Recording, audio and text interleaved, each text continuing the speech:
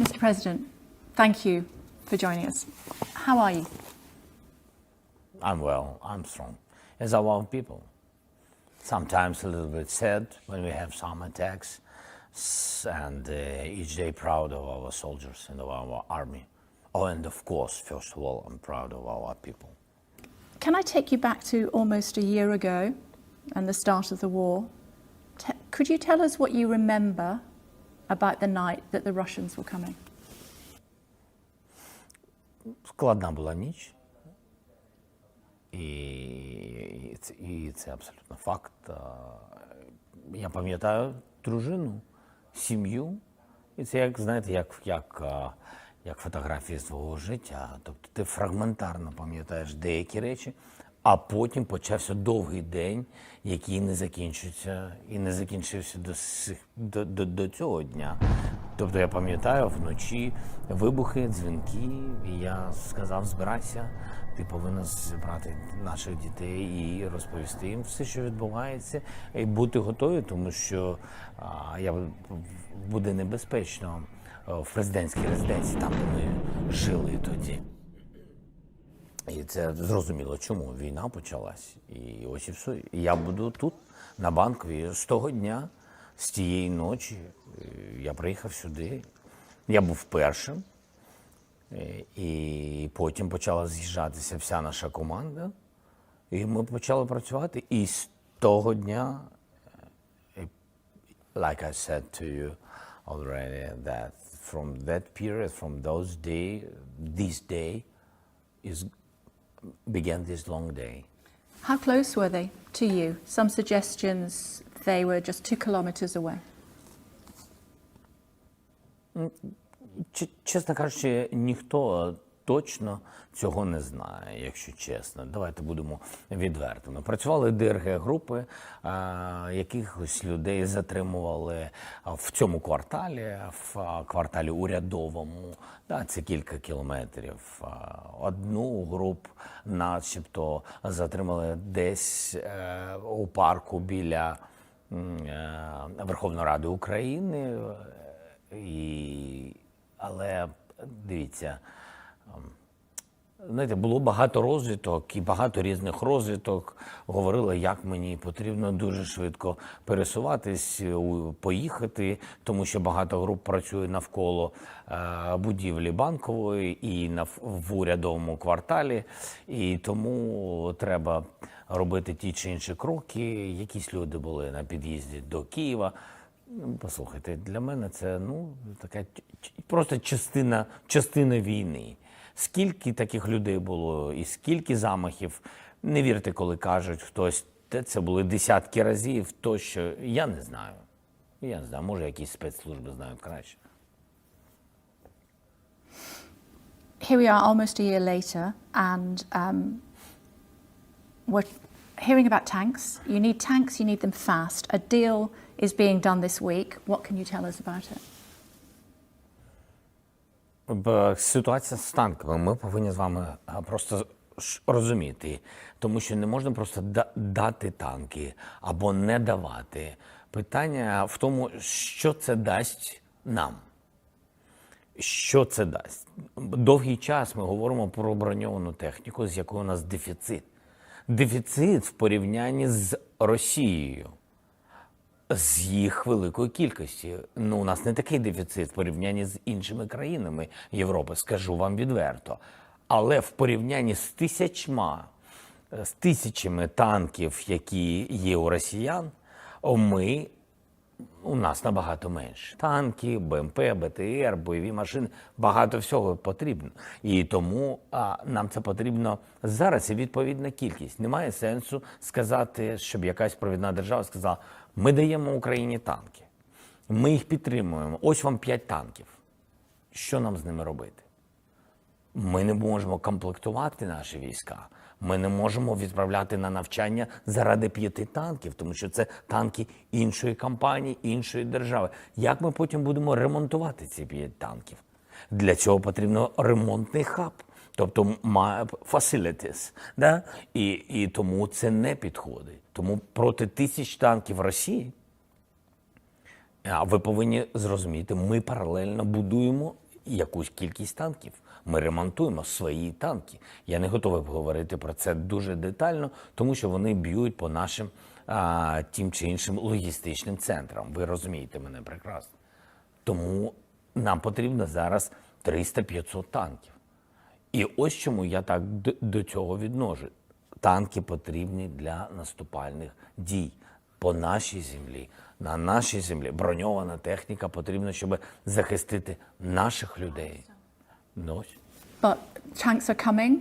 Abrams tanks are coming from the United States. And finally, Leopard 2 tanks are coming from Europe. You must be relieved.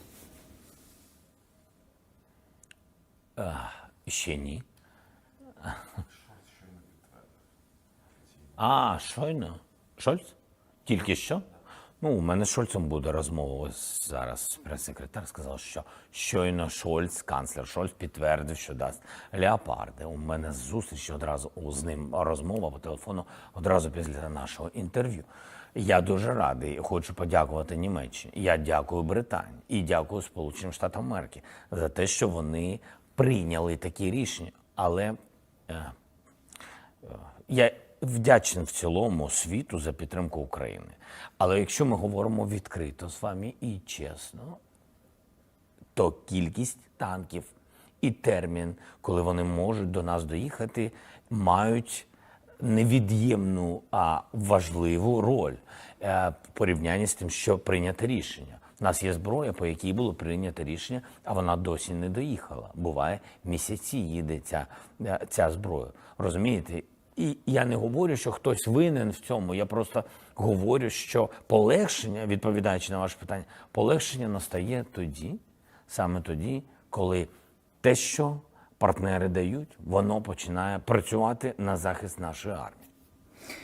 The tanks could be here from Europe soon, but the tanks from America may take until August. Is that too late? Too late. But I don't know really. I don't know real situation for now, for this minute, when they will be, when America will give us Abrams, and I don't know. I don't know really when from Europe will come tanks. For example, we had a decision with Macron, and I'm thankful for him. I think he opened the new page. Yes, when he made the decision to give us tanks. I don't remember, it was 2 weeks, 3 weeks ago, we had phone call and he accepted that is a decision. I was emotionally, I was very positive, but I'm not 2 weeks the president of Ukraine in war. Yes, so I understand what does it mean. It means that they will come.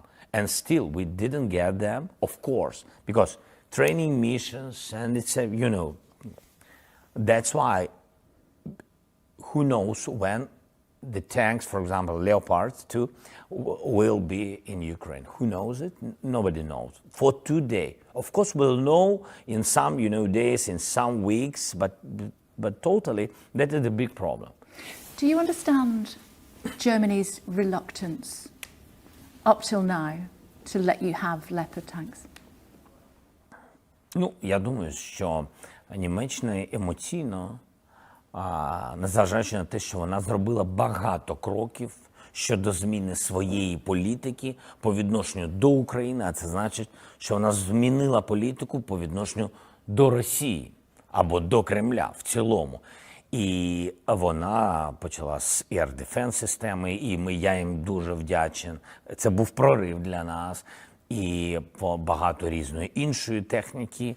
Але емоційно, мені здається, вони ще мають той чи інший зв'язок з Російською Федерацією, що німецькі танки, і це начебто наступальна зброя тощо. Хоча ми багато разів про це говорили, що ми маємо право наступати на нашій території. Абсолютне право. Ми не воюємо на території Росії, бо ми не зацікавлені. Ну просто у нас немає зацікавленості в цьому, тому що війна, де б це не було, це втрачання людей. Для мене люди номер один. Тому я не хочу воювати на території Росії. Я хочу, щоб швидше вони припинили війну і швидше вийшли з нашої території. Це точно, це остаточно. Якщо їх не буде на нашій території, війна закінчиться. Ось і все.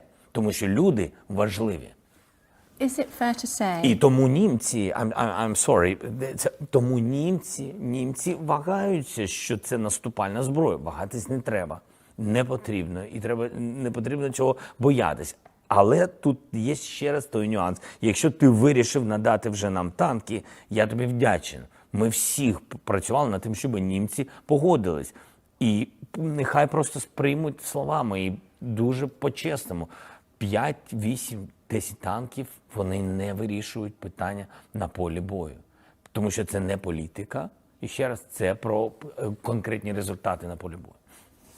Would it be fair to say, Mr. President, that emotion from Germany has cost lives in Ukraine? This war, and who takes our lives, especially Russians, it's not Germany.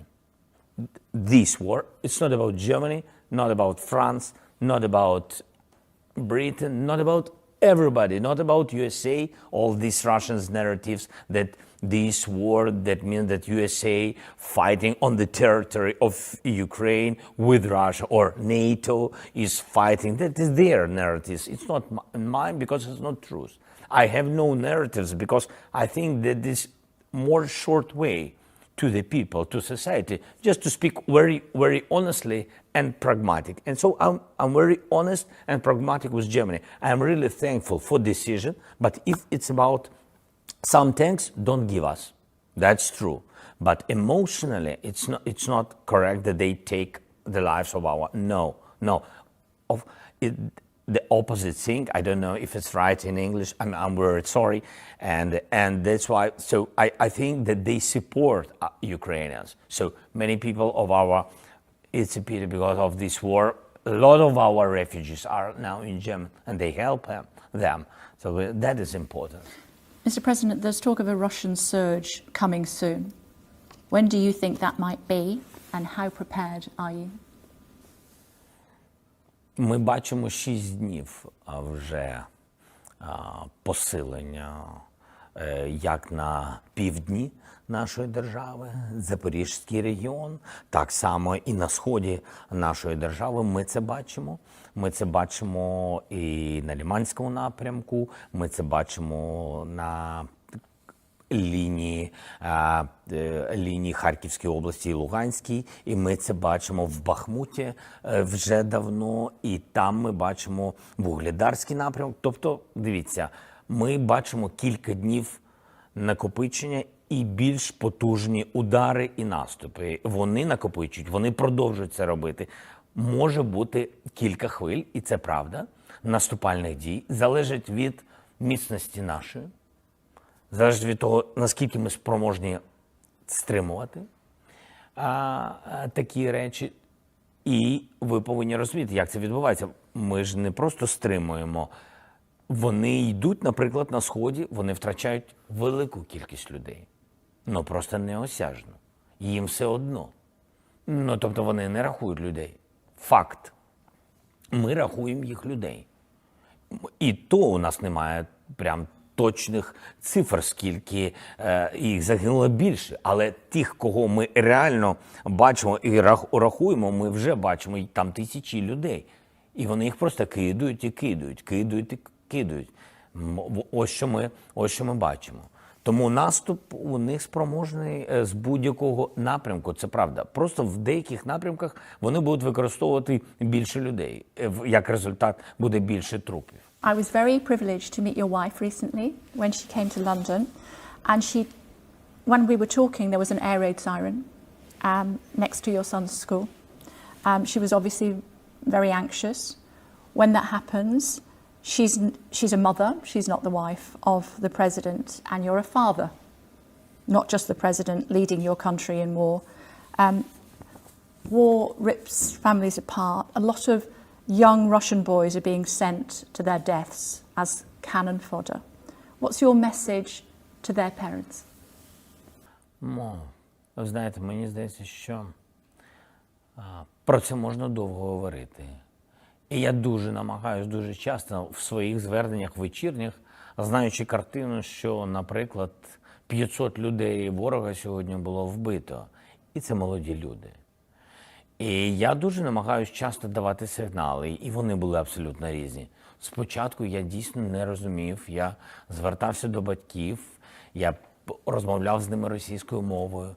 Я їм говорив, не відправляйте своїх дітей, я вам говорю як батько. Невже вам не жалко?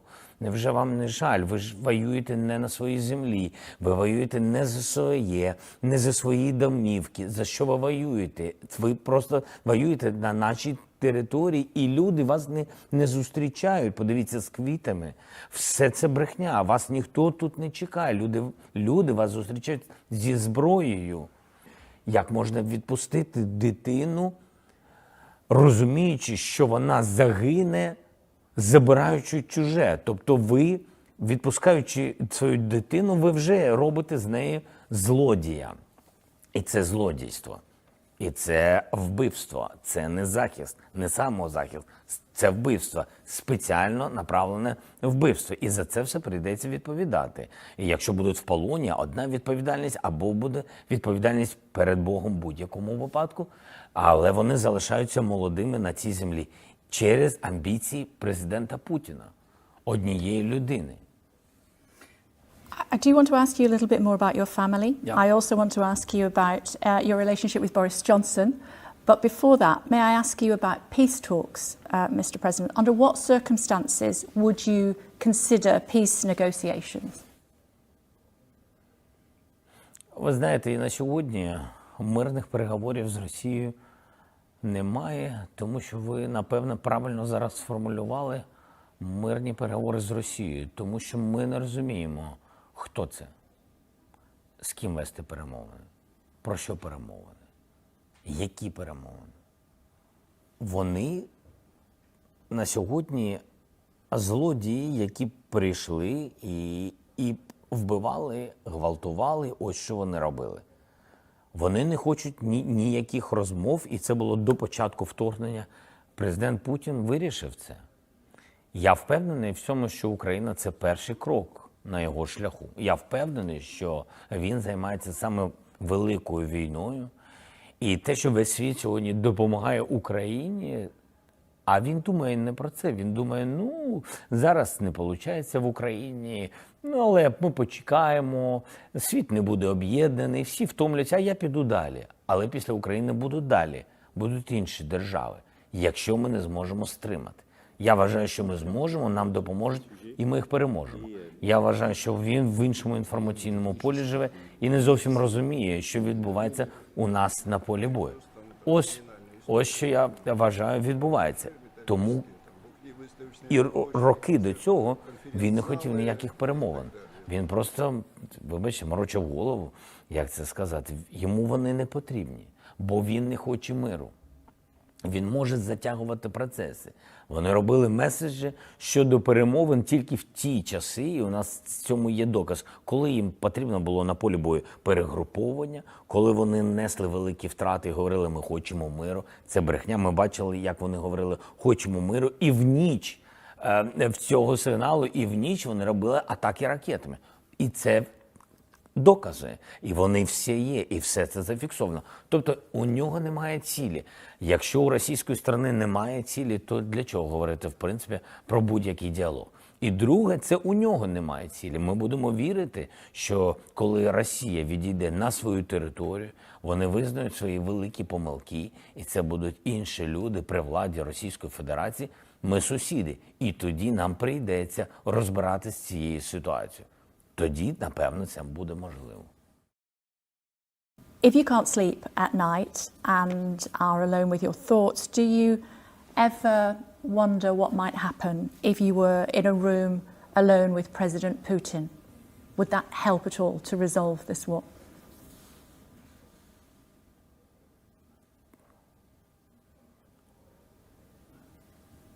It's not interesting for me. Not interesting to meet. Not interesting to speak. Why? Because we had meeting with him in Normandy format. It was before the full-scale invasion. I saw the man who said one thing and then did another. So for me, I can't understand, is it his decisions or somebody else? So for what meet? To meet what? To shake hands? Don't interesting. To speak? Don't interesting. I really don't understand who really make decisions in Russia. Sometimes I think their society, they push on him and he doesn't have his own decision. Sometimes I think that is his, close people. Sometimes close business or oligarchs. That's important for them to take some part of Ukraine because they see something for their future. So with whom I'm speaking? Not interesting. From the moment I was interested in, after 2014, when they occupied our territory and occupied Donbass, I was interested in, when I became the president, to see him, to meet with him, to have decisions, to deoccupy our territory by diplomacy. I was interested in. I met with him, and after that I made, tens, 100 phone calls to different leaders, like I did this time. But only the difference that I made the phone calls and said that it was before full-scale invasion. I said, the dangerous situation. He doesn't want to speak. I can't understand. Please make some meetings. Let's make diplomacy steps. Nobody. I made calls to Moscow, and I couldn't understand why they don't speak. Is it too late now? Too late? Not interesting. Who is he now? After full-scale invasion, for me, he's nobody. Nobody. No decisions with him. Not interesting. Somebody who is a somebody to you is Boris Johnson. Would you like to see him have an official public role as a UK envoy to Ukraine? Embassy. He will be ambassador from Britain in Ukraine. With pleasure. With pleasure. He's a good guy, and I'm not sure that he's ready for such status because. No, but who knows? I mean that with pleasure, really. How would you feel if he ran again to be Prime Minister? Would he get your support? I think that it's not correct to me to support Johnson to be a Prime Minister when Rishi is Prime Minister. Is not correct. I'm sorry. Totally, the policy, you have to understand my opinion. It's really my opinion that the society and so support it and so support us. So I'm very thankful, and all my appreciation just to Britain and to your people, to society, to Great Britain, all the regions. Really, they made a lot, and really helped. And and it was by letting Johnson. And now, if we're speaking about now, we have good relations with Sunak. I think we had more long relations with Johnson because it was more long time, and of course, very difficult time at the first days of full-scale invasion. That's why I saw Johnson in different situations. I saw him not in war and then in full-scale war. That's why we have special relations. Talk to me about your family life. You talked about them having to leave just before when the war was breaking out. You see them very rarely. I think the question is to my family. Am I good?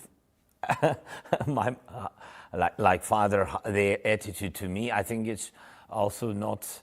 I don't know if I can use such word. Not polite to speak about me. To speak about me in such case, but I think that they love me, and it's not about thinking. I feel it. I think that these feelings is the best one, and I want to save it. Yes, and that is the most important I have. So my family. How often And, do you when- manage to see them? How much? How often do you How manage? often?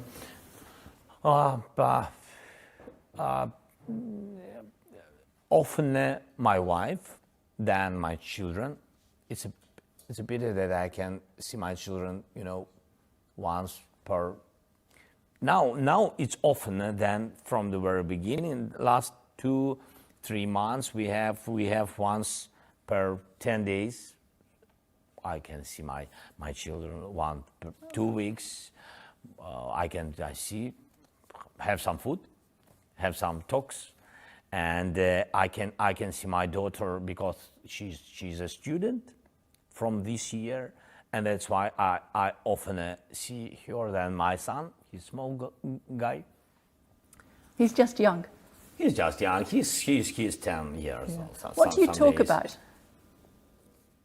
Oh, I think I'm listening. He's talking. He's so good. He's so sweet, and he's 10 years, but he's thinking like a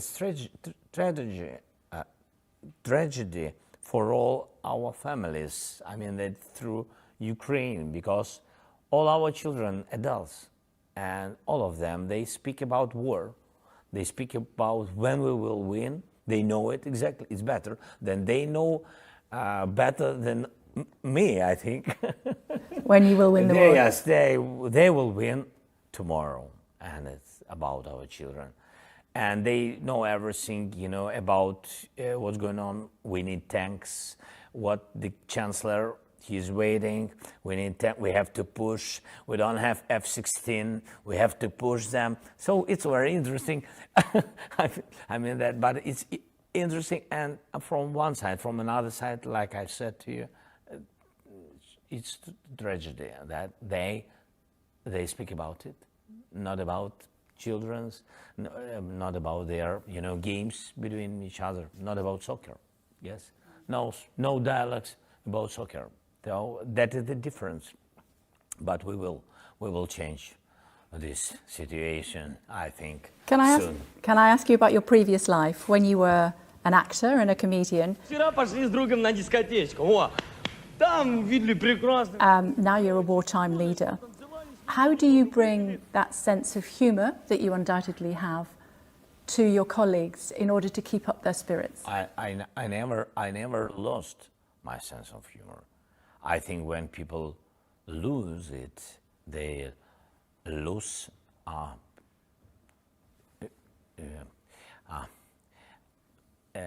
адекватність, як сказати.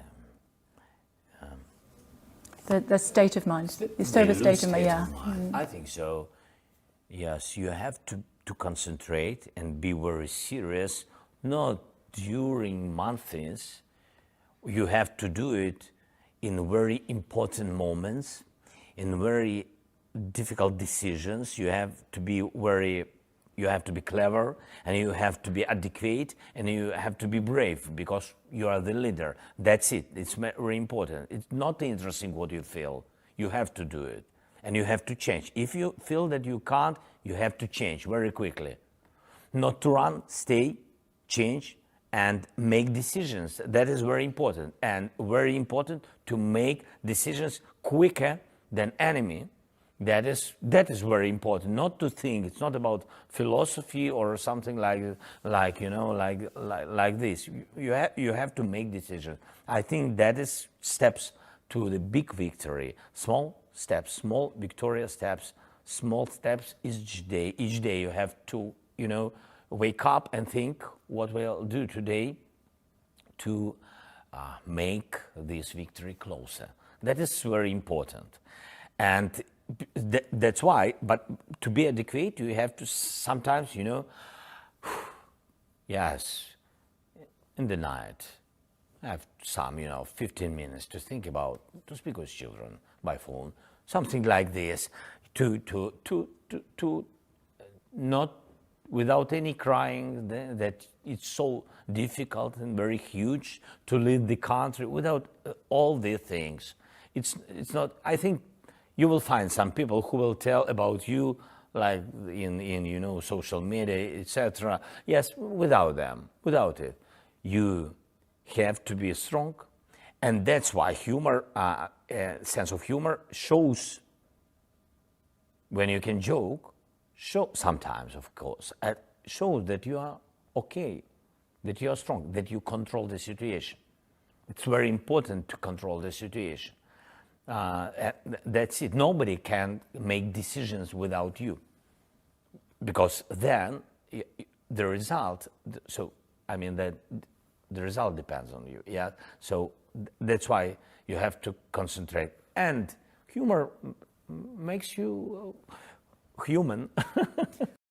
When was the last time you laughed? Was it my outfit? Oh, no, 1 second ago, I think. Last time? Yeah. Let me ask you this. It's your birthday today. Yes. Happy birthday. It's not funny. What would be I'm 45, it's not funny. What would be the best gift you could have? The best gift? I don't